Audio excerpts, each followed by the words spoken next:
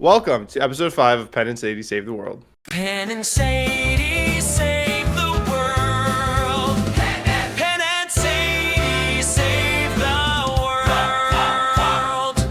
Sorry guys, we've been very busy, but we have been putting content out on the YouTube channel. So if you're not subscribed to the YouTube channel watching this, you definitely should. But I want to talk about the last video that we put on the channel. Like, why don't you give them a little bit of an overview? Most of you guys in the chat, at least in the community on Discord and stuff, know Adam. Shout out to Adam. Shout out Adam. Adam stuff. Adam likes to test theories. I don't know how to say it. He's open-minded. He wanted to go out and test the ballistics of a bullet going through essentially like a bunch of meat. All right, hopefully I don't hit the table. Bullseye. Yeah.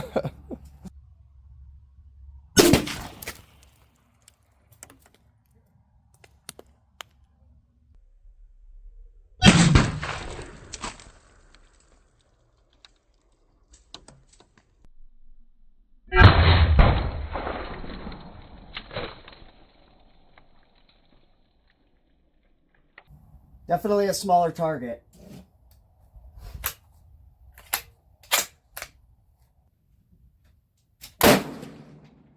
Yep. I'm shooting pretty good today, huh?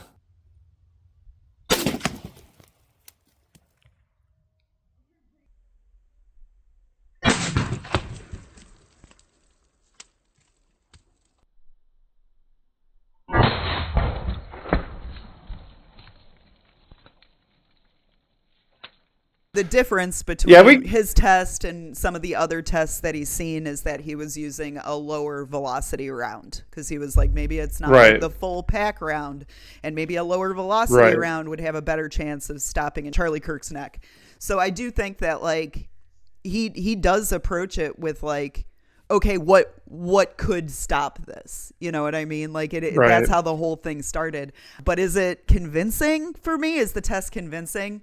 No, I think there's too many variables. Obviously, like butchered pig meat is not the same as like a human neck or anything like that. I want to be on the record saying that we obviously like clickbaited a bit. We're playing a lot here and stretching it to be about Charlie. But what this really is about is, can the meat you buy at the store stop a bullet from this type of gun at this distance? Because that is what we tested. Like, forget the whole Charlie angle, the whole clickbait angle, the like conspiracy angle.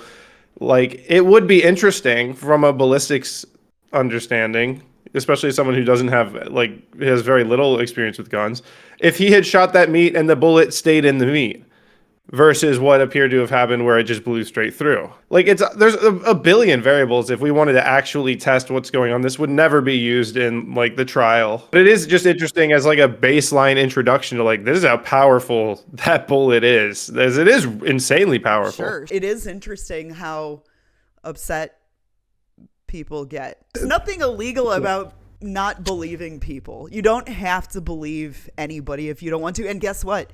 You don't need to have any evidence for it either. You can go on your gut, and that's okay too. Like the way Adam talks about it, like, oh, the FBI narrative, it's dead. We just proved that wrong. That's crazy. Dude. What? The FBI narrative is a fucking joke. Like that's where I think it gets like all the reactions and stuff, and people respond to that. But ultimately, like, what were we testing? We were testing whether that pork shoulder or that bone-in ham would stop a bullet of that caliber out of that gun. That's all we were actually testing, right? Then you extrapolate that to like, okay, a more powerful bullet and like a human neck. It's like, that's the stretch you make for like clickbait or like interesting conversation, conspiracy and stuff. But like, it's interesting if the meat had caught that bullet, which is what we were interested to see. That would have been compelling, right? Because then it would definitely be like, okay, well, maybe we can learn or draw some conclusion from that. But the bullet going straight through the meat and just like tearing it up with ease, Yeah, I still don't even really know what that means. I just think it's interesting to see and have an understanding of like, okay, that bullet, that gun, this like thickness and feeling of meat, it can go through that. So while I was editing the footage, I edited all the footage for the channel. I got to see like everything slowed way down on my program. Got to see frame by frame this bullet going through the meat. And Adam said something after you guys were done that I ended up cutting out of the video because you didn't really have a full conversation about it. The subject changed very quickly. But he said something like, well, this is all the testing that the FBI is going to do. And you were like, not necessarily. Can you talk a little bit more about evidence and like what is required? Like the FBI would not be required to replicate that shot. Right? That would only become necessary if we were really debating where the angle of the bullet came from, like his autopsy. It's like, he was shot from behind or from above to the left or somewhere completely different. So if you shoot someone, right, and there's evidence that you shot them in a typical standard like murder case, they don't have to go through like the minute ballistics details, right? They'll just say it was this bullet, this gun from this angle, and it shot and killed him. I don't think they're going to go through like, could this bullet have acted this way in the body or something like that. Because at that point, it's like, are you disputing that this bullet was the one that killed him or that it was fired from this gun or here? I don't even know what the relevant ballistics will exactly be. But the reason they're saying that it couldn't have been that bullet is, I guess, because if that bullet from that angle would have just gone straight through, but it, went down in there, that I guess the presumption there is that there's a different angle shot that came from somewhere else. Right. But I don't even know that that's been alleged or there's any other evidence for that. I have a good lead in here. Actually, did you see comedian John Crist talking about the Tucker Carlson Christmas party? No. Watch this video. Well, at one point I go, all right, what's going on with Charlie Kirk? And let me just say this. I don't want to fuel any kind of conspiracies or any. I don't want to go. It's too late. You just did. No. Just by saying that. There were so many questions. I go, at the last question I had, again, I was like, all right, be honest. Because you hear so many things. And I go, the conversation, I'll just say this. This is the only thing I'm going to say. The conversation got so wild that I go, is Charlie Kirk alive? Who are you talking? Can you say who you're talking to here? No, I don't think so. Okay. I just go. It's not Charlie's wife. No, she was not there. Okay. Yeah. But I go. Okay, what? I don't want to help. I don't want to spur on any kind of. But they go. He is unfortunately he has passed. And I go. Then that's about it. Like, you know what I'm saying? Yeah. The fact that you weren't just laughed at for asking that question. No, you know what I mean? No, that's really the only thing I wanted to get. I go because I'm trying to do some recon. Yeah. Listen, wow, because I got some people I got to report to. They got to go, hey, what's happening? You know how the people that you get into the thing, and I talk to them. Yeah. Isn't that wild? Yeah. And everybody just friends with each other, and I think that unfortunately, you think. Nick Saban and whoever, they hate each other. And I think just a lot of it goes, yeah, it's just kind of business. Isn't that kind of crazy, though? You're in some sort of conversation about Charlie Kirk with people that probably are a lot more involved in the entire thing than you and I would ever be. And it got to the point where he had to ask if Charlie was still alive. That's weird that Turning Point people and Candace and Tucker are all hanging out together. Turning Point people could just mean people that work at Turning Point. But he's not saying who, for a reason. That's what I mean. It's not like third or fourth level employees down. This was Tucker Carlson's Christmas party. It doesn't sound like bozos were there, dude. No, there was definitely some bozos there. Hopefully you and I are one day at Tucker Carlson's birthday party. Someday. I want to be the bozos there. I want to be the bozos at Tucker's party. I don't think it was assistance to Andrew Kolvac. I think that Andrew Kolvac was probably at Tucker Carlson's Christmas party. He's speaking at AmFest next week. He talks to Erica Kirk every morning. So is some of this blood sports. We'll see what happens between today. Candace and Erica and their meeting and all that. Well, it wasn't just Candace and Erica though. It was Candace pretty much versus the entire top management at TPUSA until her very last episode, and then immediately Erica and her met. And I guess we should say that Erica Kirk and Candace Owens met yesterday here in Nashville together. Let's take a look at what Candace said afterwards. Did you see her video? No. 4.5 hours later, I'm alive. I'm alive. I'm totally fine, and I'm sorry. I was going to do a show for you guys this evening, but I am truly exhausted. Very productive conversation. I asked every single question. I mean, from Egyptian planes to Turning Point USA Faith, and I was very surprised by some of the answers that I got, and I think they were also very surprised when I shared certain intel. This probably should have happened a very long time ago, but I wanted to let you guys know that I am alive, and I will have the full rundown for you guys tomorrow of what transpired. And yeah, I think it was definitely a very big step in the right direction. So I'll see you guys tomorrow. So many people are so mad at Candace Owens. And you know, I watch all the episodes because like I can engage in content and not make like a concrete opinion about it either way, which is something weird that I think is like kind of required of people now for some reason, is if you engage in this content, it defines you. Well, I think it's also just, if this is going to be the dominant conversation, are you going to be in the group of people that actually watched the videos we're talking about? Or you want to be someone who read someone else who maybe they didn't even watch it? You're going to read what everyone's writing about the content that we could just watch ourselves. Right. I think the thing that shines through in Candace's content is, and I think the thing that's been like kind of off-putting for me that I've been trying to put my finger on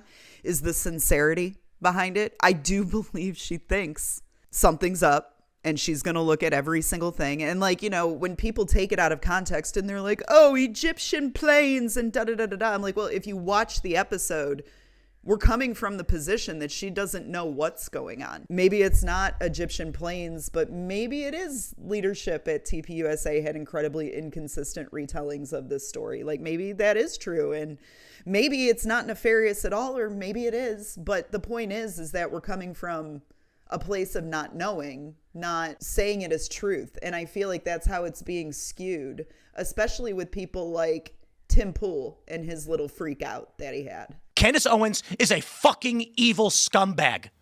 She is a degenerate cunt. She is burning everything down, and she's gloating and smiling while she does it. And you know what you fucking told me? She has no security. She doesn't fucking deal with the shit we have to deal with. She's a piece of shit. Really, if someone dies like this, the worst case scenario is being talked out of investigating. There's either a conspiracy or there was not. Right. And if there's not a conspiracy, it doesn't harm to look into it and try to make sure that that's the case. But if there was a conspiracy here and then we're shamed out of investigating or talking about that, I feel like that's the last thing that anyone who's the victim of a conspiracy like that would want. I wouldn't be offended. I would be like grateful. It's like, you please catch my killer. Please catch the people who did this. You know what I mean? Don't be like, oh, I don't want to offend anybody's sensibilities. It actually makes sense that somebody like Candace would do it and not Erica Kirk. You know what I mean? Like it makes sense that although in some ways you can make the argument that like the wife would be, but she's clearly grieving. You know, and Candace is like on it. There's just different people have different personalities, and I think it's totally fair to engage with anything people say or theorize or want to believe. And here's the thing: Erica Kirk is still responsible for running a huge organization that doubled in size in chapters and participation overnight because of one tragic event. She is still the CEO and she is doing a job. And I don't think that people like that, but Turning Point USA and Charlie Kirk have been credited over and over and over again with being responsible for motivating the youth vote to vote for Trump in 24 and win the presidency. This is not some bullshit organization that we're talking about that the left likes to make it out to be.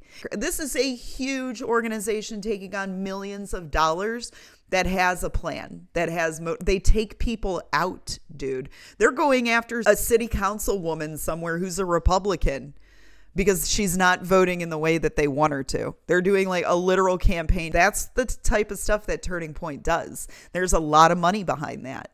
So yeah, she's the head of an organization at the helm where her husband sat since its inception. And that's what she has to do. I don't know, dude. Like her meeting with Candace like this maybe seems a little bit of an endorsement. And again, are we watching a movie? Because it certainly feels that way. So I will be turning into Candace Owens this afternoon without taking a hard line opinion about anything that I watch. I'm observing. Are you sure? And I will make conclusions as they come, but those can change too. I think that actually the fact that you're watching Candace means that you are now Candace, and you should be shamed as equally as an equal of Candace. I mean, let's be honest, I'm way further down the rabbit hole than Candace.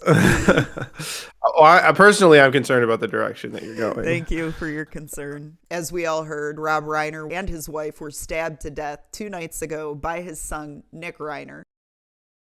The President of the United States made a post about it. Nobody is very happy about it, including people on the right. I'm going to read that now. A very sad thing happened last night in Hollywood. Rob Reiner, a tortured and struggling but once very talented movie director and comedy star, has passed away together with his wife, Michelle, reportedly due to the anger he caused others through his massive, unyielding, and incurable affliction with a mind-crippling disease known as Trump derangement syndrome, sometimes referred to as TDS. He was known to have driven people crazy by his raging obsession of President Donald J. Trump, with his obvious paranoia reaching new heights as the Trump administration surpassed all goals and expectations of greatness, and with the golden age of America upon us, perhaps like never before. May Rob and Michelle rest in peace. On a Sadie fucked up meter, as probably a 7. I mean, it's framed with condolences, but like, dude. Because there's obviously the element of this is our president saying this. Sure. And I posted that meme. It says, I don't care what my president says about his haters. Well, and it's true. Rob Reiner was absolutely like TDS infected. Like he was. Right. And he had a lot of money and he had a lot of influence and he had the ability to make Trump's life miserable with the things he was putting out. That is what it is. You know, he's the president. Maybe he shouldn't. But at the same time, you know, if I had a bullet graze my ear, I'd probably be like, you know what? I'm going to fucking say whatever I want. Right. You know, That's exactly I don't care. What I told one of my friends. I was like, well, they did try to kill him. So, but dude, like, especially after the shit that happened with Charlie Kirk, I do think that the best play is to be respectful at this time, because Rob Reiner, as much as I can't stand him and as much as he was infected with TDS, was one of the few liberals that's like, this is truly sad and shouldn't be celebrated. But let's take a look at some of Rob Reiner's. Well, yeah, I do agree. TDS. We shouldn't totally mock him, No, but it's sick. But let's take a look at some of Rob Reiner's TDS and like what he produced and put out in defiance of our president.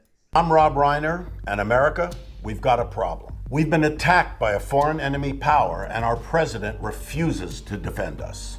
Donald Trump is meeting with Russian President Vladimir Putin one-on-one in a closed-door meeting with no aides present and no record of what will be said. Putin's government attacked our democracy by interfering in the 2016 election to help Donald Trump become president. That is not in dispute. It has been verified by all U.S. intelligence agencies, the Republican-led Senate Intelligence Committee, and the U.S. Justice Department. Trump and his campaign's conspiracy with Russia is the subject of a federal investigation. And yet Donald Trump refuses to meet with Robert Mueller, the prosecutor leading that investigation. Trump said he'd meet with anyone. He told us, I'll speak to anybody. But now he's backing out. If he has nothing to hide, why won't he sit down and answer Mueller's questions? What's he afraid of? In light of his meeting with Putin, it's more imperative than ever that we get that truth.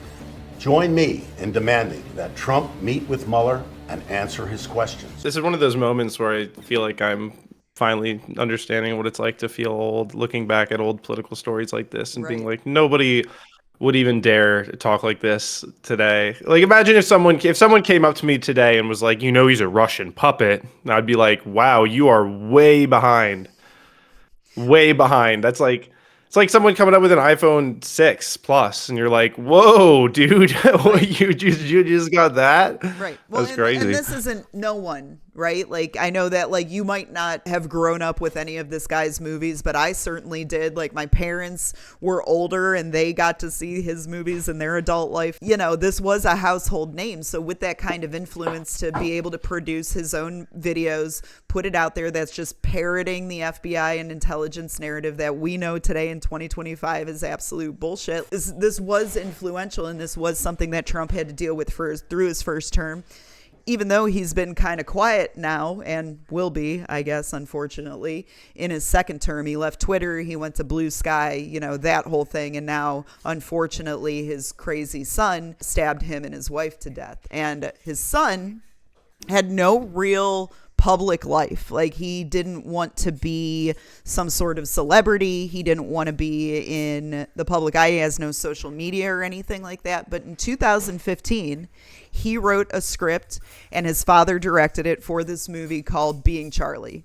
So I watched it last night because, of course, I'm like interested in what this movie was about. This is the only thing this person's ever done, and it is supposed to be a story reflective of their life and their experience going through Nick's addiction phase. If they say you only have a year to live, do it sober. It'll seem like an eternity.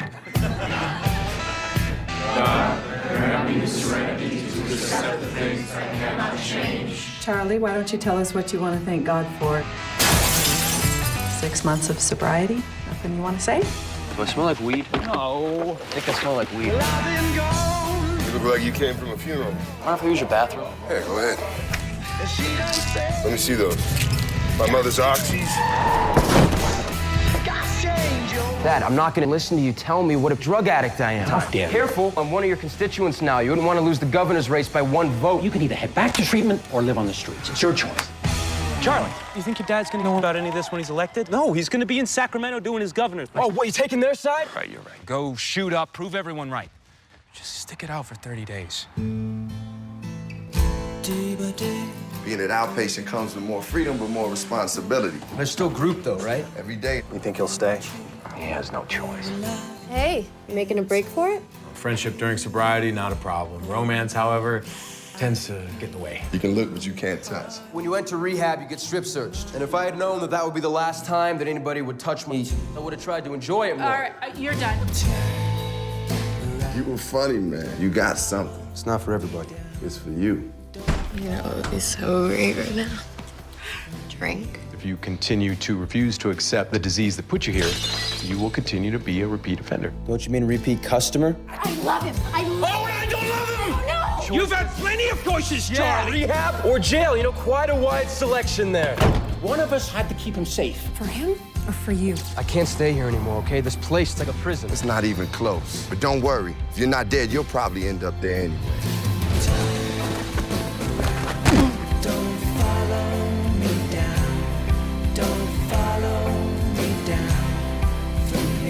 Never about the drugs. All I ever wanted was a way to kill the noise. Getting sober is a selfish thing. You gotta help yourself first. I know what you're thinking. Who is this kid with the silver spoon in his mouth, and why does he keep cooking heroin in it? Total waste of a good utensil. So this movie was made when he was 22 years old, and there's lots of interviews out there that are kind of weird and unnerving to watch. Like, you can tell how uncomfortable he is in these interviews. He didn't really have answers to questions. There's multiple times during the interviews where he's asked a question and he was just like, what? I wasn't paying attention. Rob Reiner, in contrast, is very excited about like telling this story. What did you think? What was the toughest for you? What do you think, Nick? It wasn't very tough. I mean, it was a pretty nice experience for me. I don't really think it was like tough at all. Really? I mean, of course it was a little bit, but. I mean, we did get into fights over things, but ultimately it forced us to make the film better. I mean, we'd get into issues, and I would see, the whole process for me, I can just speak for myself, it did make me understand him a lot more, and I think it made me a better father. Hopefully it did. I don't know, but I think that, and you'll see it in the film, what happens is, your kid, if your kid is going through rough times, the parent your main job is to keep your child safe. So I would do anything. I felt at a loss, so I would do anything that, as we say in the film, anybody with a desk and a diploma, I would listen to them, and the whole idea of tough love and you have to be a certain way. And it's not my nature. It's not the way I am built, but I went and did that, and I think that, at the end of the day, I know my child better than an expert does, and I probably should have trusted my own instinct. Did you work with him on set? Were you on set for the majority of the shooting? Mm-hmm. I was on set with him. Yeah. No, sorry, go ahead. I have no idea what I was going to say. No, he was there every day. I mean, we worked for a year before, helping craft the script, and then doing the whole shooting, and then post-production, he would come in the cutting room. I mean, we went through it together, there's no question. Nick was there for all the casting, all of the auditions. I was sitting there, but yeah. But you always gave your opinion. I was like, I saw that girl Morgan Saylor on Homeland, and I think during the season she went to rehab or something, and I was just like, oh, she's a perfect rehab girl. Yeah, that was the only. He pushed for Morgan Saylor like crazy. Yeah. You had a personal connection to her right away? No, but just felt like you knew her. Felt like I knew her from some land. Yeah. No. Did you find at a time when Nick needed you that you were also maybe really busy with a movie that you were working on? Because making movies, making TV shows does take a lot of work, be it on the set, reading the scripts, or just dealing with the business behind the scenes. That's a better question to ask Nick, because I don't know if I was as available as I might have been, but that's something that you could answer. I mean, what was the question? Sorry. He wanted to know if being involved in show business and all that took me away from you to any degree that No. Well, that's good. That's good to hear. That's good to know. Yeah. So I watched it last night. Like, the brief synopsis of this movie is that this kid comes from a rich family. His father is a former Hollywood star who's now running for governor of California. And this kid's a fuck up. He's a drug addict. The movie opens with him in a rehab facility on his 18th birthday in Utah that he immediately breaks out of, throws a rock through a church window, hitchhikes out. Some guy picks him up. He has a mother he has to drop off before he's going to take the kid to the train station. And the kid steals the oxys from the mother out of the mother's medicine cabinet while he's using the bathroom. The guy in the truck sees it, kicks him out. So this kid's like a fuck up from the beginning. He goes home. The parents have staged an intervention, and he is going to inpatient rehab. No ifs, ands, or buts about it. The father, who's currently in a campaign race, is telling the kid, Utah wants to press charges for you busting the church window. This is how I got you out of this. You're going to rehab. Goes to rehab. The entire thing is gay. The entire thing is retarded. He's very selfish the entire time. He's very uninterested.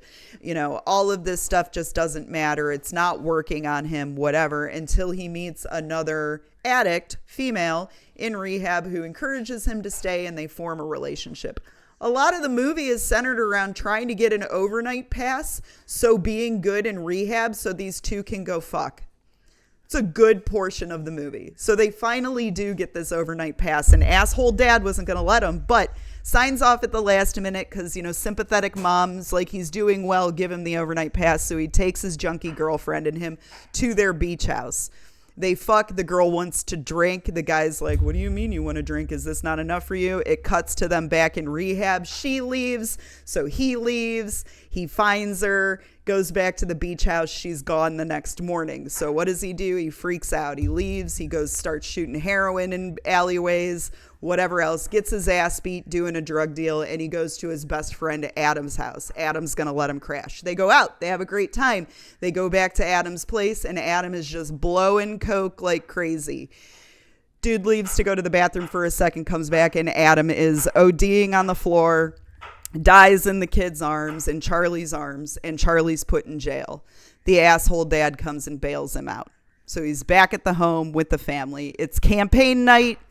Dad wins. Charlie doesn't want to be there for it. He leaves. He goes back to the beach house the next morning after Dad wins governor of California, which is funny enough that like Rob Reiner kind of wrote himself into a place where he like wins one of the biggest political seats in the United States, the governor of California. But I digress. The dad walks into the kitchen, and the final scene of this movie is the father apologizing for sending the kid to rehab in the first place, that he was only doing what professionals with diplomas told him to do behind desks. He never wanted to do this. He was just contributing to all the noise. It wasn't the kid's fault at all. It was totally the father's fault for being an asshole the entire time. The end.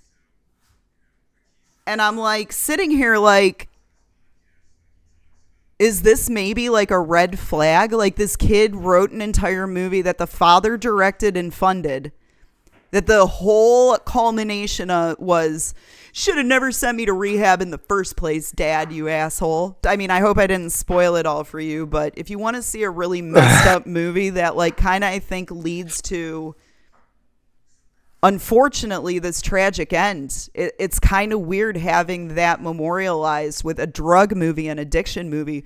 No lessons are learned. No accountability is taken whatsoever. It was the dad's fault the entire so time. Relatable. Everything's dad's fault, and I haven't done anything wrong ever. Right, dude. So I guess the story is that they like got into a big family fight at Conan O'Brien's Christmas party that I think continued back to the house he was living on the property. And then by 2:30 p.m., the sister who lives across the street went over to the house and found her parents. Wow. Yeah. That is crazy. It's fucked up, and dude. Yeah. So they caught the son? They did. He's in court today, and he has not been medically cleared for trial. That is the latest that just came out. Would you like to proceed today? Your Honor, if we could, I would like to ask for a continuance of the arraignment. I want to get it complete at this juncture. It's too early. We've coordinated with counsel from the DA's office, and January 7th, with the court's permission, would be a convenient date for us to come back for potential arraignment. Thank you. At this time, I'll take a waiver, speedy arraignment waiver from your client. Thank you. Mr. Reiner, do you have a constitutional and statutory right to a speedy arraignment? Your counsel is requesting that your arraignment be continued to January 7, 2026. Do you waive your right to a speedy arraignment so that your arraignment can be heard on January 7, 2026? And does counsel join in the waiver? I join, Your Honor. The court finds that the defendant has made a knowing and intelligent waiver of his right to a speedy arraignment, and that his counsel joins in that waiver. Matter set January 7, 2026 for arraignment in this department. Bail to stand at no bail. Anything further on that case? Not by the defense, Your Honor. Anything further? No, thank you. Thank you. Thank you, Your Honor. But they have not caught the Brown University shooter either? No, that they have not caught the Brown University shooter. So right away, that's insane. They said they did, and like I even saw liberals defending Trump because that live in that area that were like, this is not Trump's fault for reporting that they caught the shooter right away, because that's the information that the cops were giving us here in this town. So that wasn't it. Right. Then the day after, they started accusing some white kid who was like a disgruntled liberal, and this was the Young Republicans like study group or something like that, and he walked in there and shot the lead girl in the face. And then that story went away, and now they don't know who it is. They have some like vaguely looking Muslim on camera. Hi, editing Sadie here. They actually have caught the Brown University shooter at this point. Still a very weird story. Here's the latest update. The gunman, his name is Claudio Neves Valente. Now, John pictured here is the man police were looking to speak to because of how close he got to that gunman. John said he followed Neves Valente out of the building before the shooting and played a game of cat and mouse in the neighborhood. Surveillance video shows Neves Valente running away from John. At one point, he stood just feet away from the gunman and questioned why he was circling the block. The gunman repeatedly responded, quote, "Why are you harassing me?" When police released images of the suspect after the shooting, John wrote an anonymous Reddit post describing seeing the gunman unlock a parked gray Nissan sedan with Florida plates he thought could be a rental. 3 days after the shooting, John anonymously called the police tip line and flagged his own Reddit post. On Wednesday, John walked up to police, revealed that he was the man police were looking for, that he was close to the gunman, and that the Reddit post came from him. Police used license plate readers to track the gray Nissan to an Alamo car rental center in Boston. They pulled surveillance images showing Nieves Valente, and they traced him to a storage facility in Salem, New Hampshire, where he was found dead last night. Now, Nieves Valente was spotted in the Brown University building on November 28th. That's 2 weeks before the shooting. Last night, I asked investigators how it could be that a homeless man and not police noticed a suspicious person in that time. The Providence Police is obviously not going to patrol Barris and Holly. That's a question for, frankly, for Brown and their police department. Why would a civilian observe that to be suspicious? It's a great point. And I like the fact that you're mentioning that and bringing that up. That's what we should all be doing, right? And it's just personality. Some people are more interested in finding out what others are doing. In this particular case, this person decided that he wanted to, and I'm glad he did.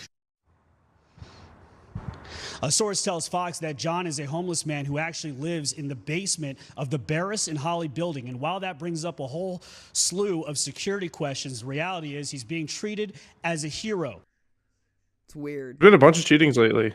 Yeah. It's been, and then been a wild December. Bondi Beach over in Australia, too, which I do have a comment about that. Like, I ain't going to get into any conspiracies or anything like that, but the PR push that happens on these social media networks after things like this is truly insane and is organized.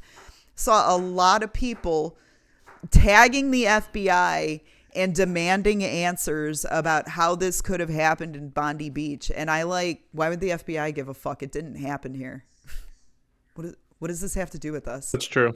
Why are Americans demanding from our FBI that we get answers about this?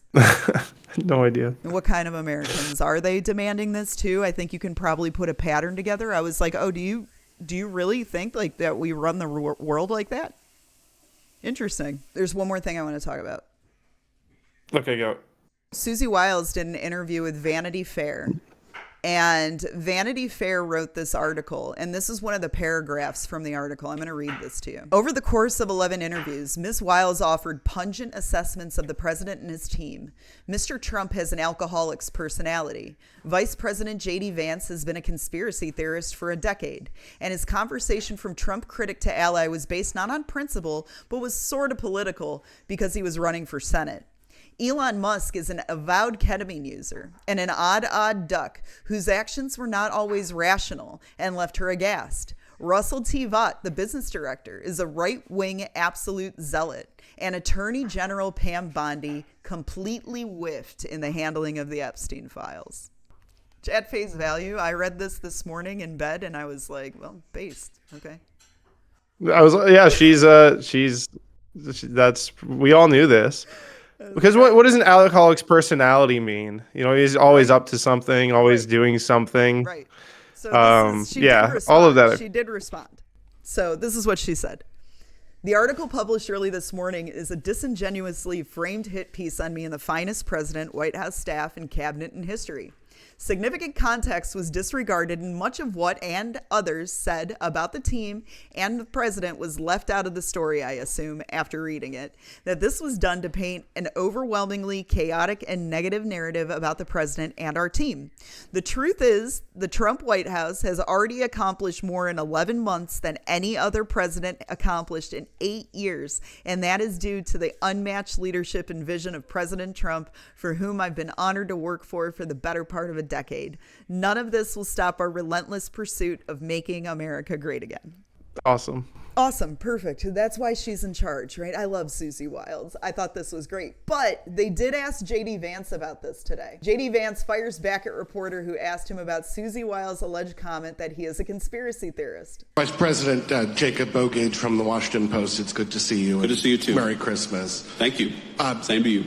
Unfortunately, I have to ask a bit of an off-topic question from affordability because news events do intervene, and that is the interviews that White House Chief of Staff Susie Wiles gave to Vanity Fair, in which she's quoted as referring to you as, excuse me, and again, not my words, sir, but a conspiracy theorist of a decade, and described your transformation from someone who once opposed President Trump to now his vice president as an act of political expediency. And I'd like to give you the chance to respond to that, sir. Well, first of all, if Susie I'll trust what you said. I haven't looked at the article. I of course have heard about it. But conspiracy theorist, sometimes I am a conspiracy theorist, but I only believe in the conspiracy theories that are true.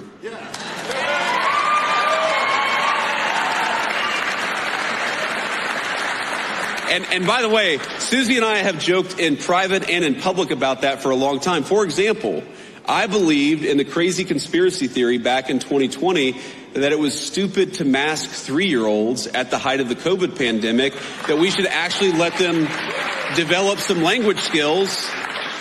I believed in this crazy conspiracy theory that the media and the government were covering up the fact that Joe Biden was clearly unable to do the job.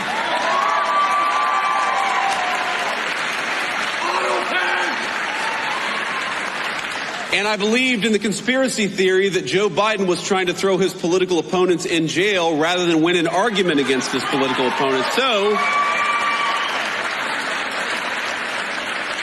at least on some of these conspiracy theories, it turns out that a conspiracy theory is just something that was true 6 months before the media admitted it. And that's my understanding.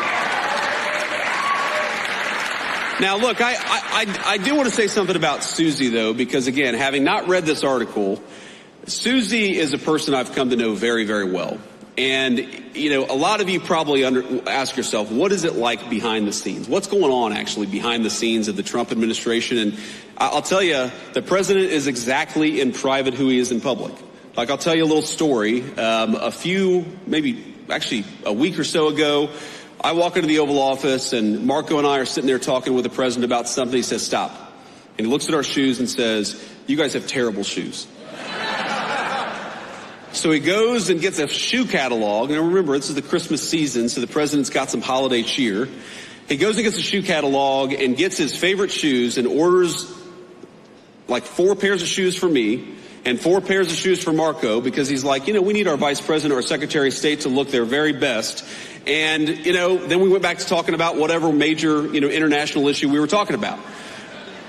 Again, he is exactly in private who he is in public. That's not true of most people in Washington, D.C. It's not. And I've seen so many people who will say one thing to the president's face, Democrats and Republicans, and then will do the exact opposite behind the scenes. You know why I really... You know what they are. And you know why I really love Susie Wiles? Because Susie is who she is in the president's presence. She's the same exact person when the president isn't around.